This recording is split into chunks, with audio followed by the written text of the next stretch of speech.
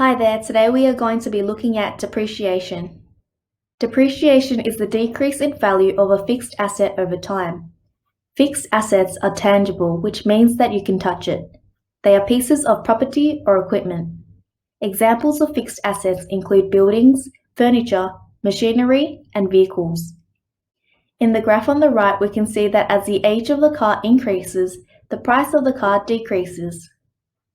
To calculate the salvage value, which is the estimated resale value of an asset or the value after depreciation of an object, we can adjust the compound interest formula to get the final amount or salvage value equals to the principal or original amount multiplied by 1 minus the rate, all to the power of the number of time periods.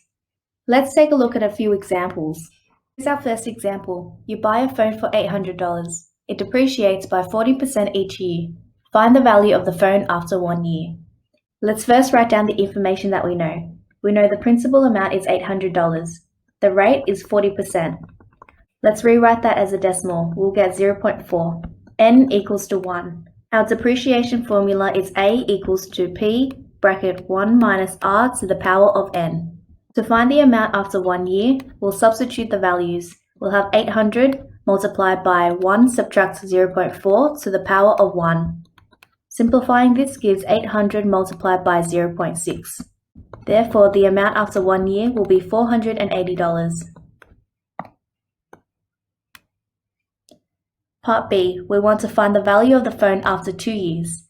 The principal is still $800, the rate is 0.4, N has now changed to become 2. The amount after 2 years will be given by 800 multiplied by 1 subtract 0.4 to the power of 2. This gives 800 multiplied by 0.6 to the power of 2. Therefore, the amount after 2 years will be $288.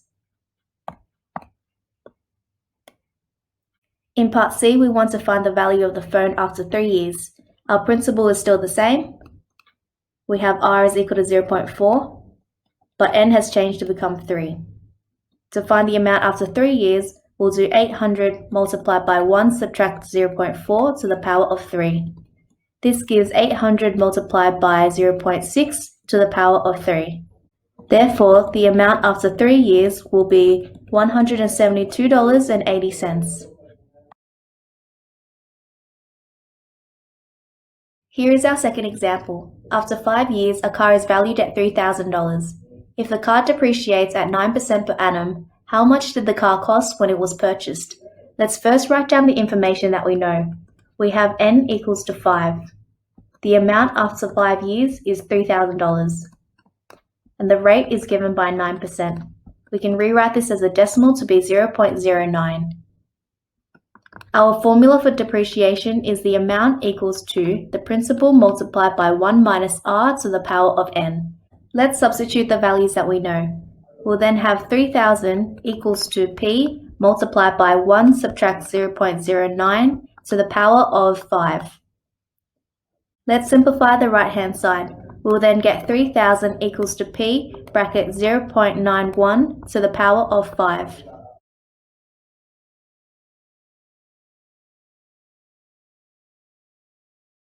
We'll then get 3,000 divided by 0.91 to the power of 5 equals to P.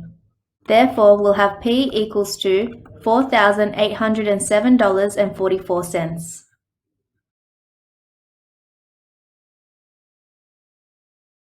Here is our last example. You bought computer equipment for $2,500.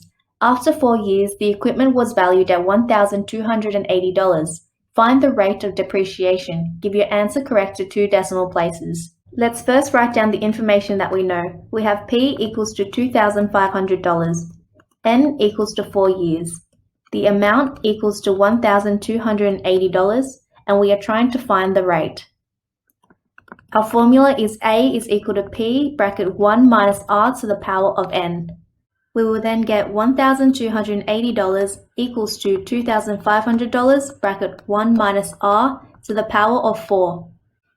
At the moment, we have 2,500 multiplied by 1 minus R to the power of 4. Let's move the $2,500 to the other side. To do that, we'll divide both sides by $2,500. On the left-hand side, we'll have $1,280 divided by $2,500. On the right-hand side, we're left with 1 minus r to the power of 4. To get rid of the power of 4, we need to do the fourth root to both sides of the equation.